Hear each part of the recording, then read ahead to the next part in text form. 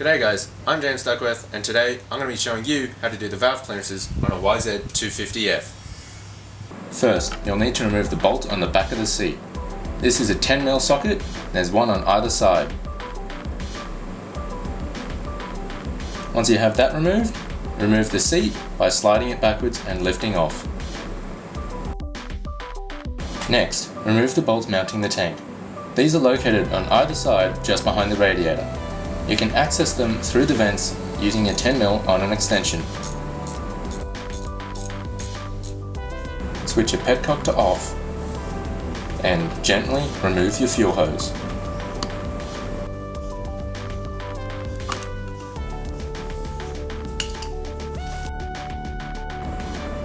Gently lift off the rubber tag holding onto the tank and simply lift it off.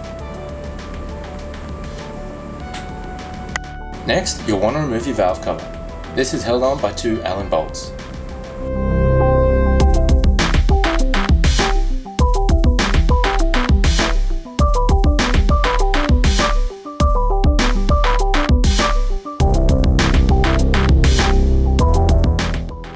Loosen your hose clamps by pinching them and lifting upward, then using a screwdriver, gently pry the hose off the mounting. They should come off pretty easily.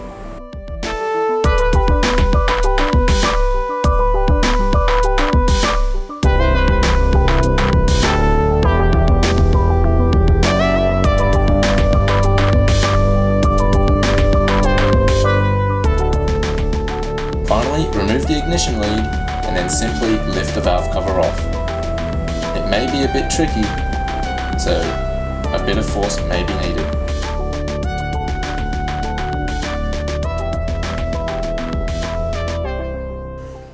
Okay, so here's where we start measuring. You'll need these. These are called feeler gauges. You can get them at any automotive store. They're not hard to find. However, these ones, you can see they're a bit thick. The YZ, they need a bit of a thinner blade, so I went out and got these ones. So you see how they're a bit sort of tapered towards the end? So not these, you need these ones.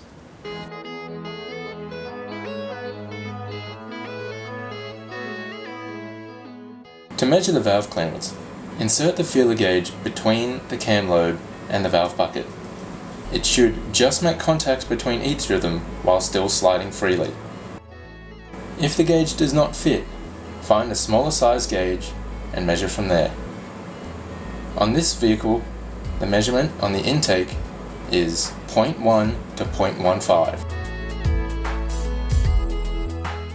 After recording your measurements, we have to rotate the carby in order to access the cam chain tensioner. To do this, we have to remove the throttle cables. Next up, we have to loosen the carb boots on either side of the carby. These are held on with a Phillips head and a small Allen key. Now with access to the cam chain tensioner, use an 8mm socket to remove the bolts.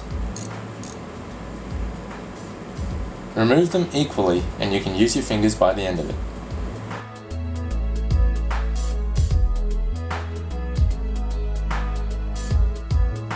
Use an 8mm socket to loosen the cam tower. With all bolts loose, insert a screwdriver and gently pry it upwards. Then simply remove the cam. In my case, I already have the cam chain removed. Using a magnetic tool, remove the valve buckets. Be careful because the shim may or may not come with it.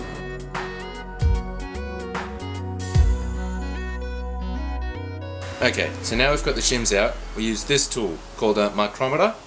We use this to measure the thickness of them. Now, with my ones, I'm lucky enough that the lettering is still on it, but if it isn't, get your micrometer, open it up, make sure it's in there, and then that'll measure it up. This measures it in a 1.7, and that's exactly what it says on the lettering. Do that for all of them and measure from there. It's a good idea to make a chart like this. As you can see, all my shims are 1.7. My top shim is in spec at 1.2. My middle has 0 clearance and my bottom one is just outside of clearance at 0.9. With your shims removed, this is what the buckets will look like. Reinstall your correctly sized shims. These need to sit flush in those little buckets.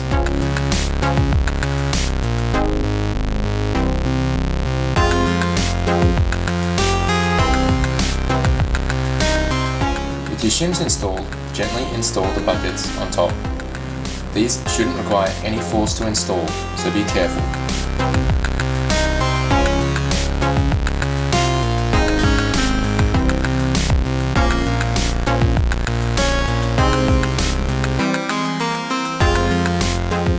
With your buckets reinstalled, put your cam back on and torque the bolts up to spec. In this case, about 8 Newton meters. Be careful not to over tighten these, as it will reduce movement in your cam.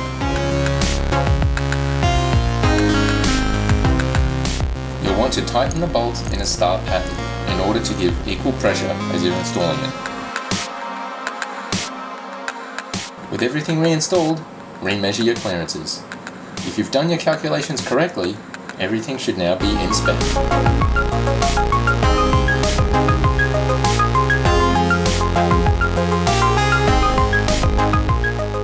There you go. That's how to do the valve clearances on a YZ250F.